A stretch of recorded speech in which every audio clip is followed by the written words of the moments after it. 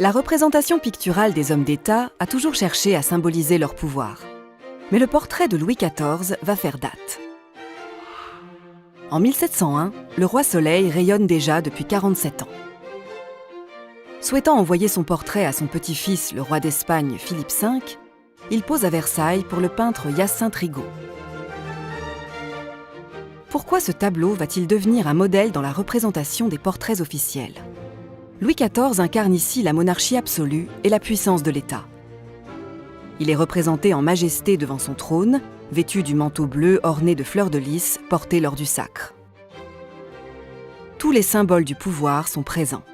Le sceptre et la couronne désignent la puissance royale. L'épée de Charlemagne, joyeuse, rappelle que le roi est le chef des armées. La main de justice en ivoire et la sculpture de la déesse Thémis symbolisent le pouvoir judiciaire.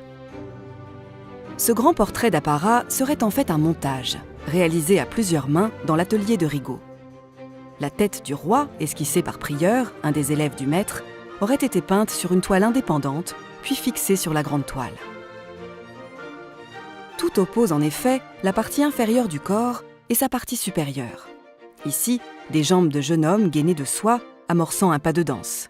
Ici, le visage réaliste d'un homme alors âgé de 63 ans.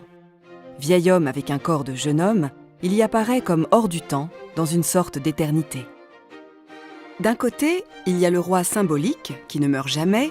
De l'autre, il y a le roi physique, le simple corps mortel du roi. Parfait emblème de la monarchie absolue de droit divin, Louis XIV affectionnait ce tableau à tel point qu'il ordonna d'en multiplier les copies. Nombre d'artistes, peintres ou graveurs, reproduiront cette même figure et sa pose presque à l'identique. Ce tableau est devenu l'archétype des portraits officiels. Depuis la Troisième République, les présidents sont représentés dans une posture proche de celle du roi, telle que peint par Hyacinthe Rigaud.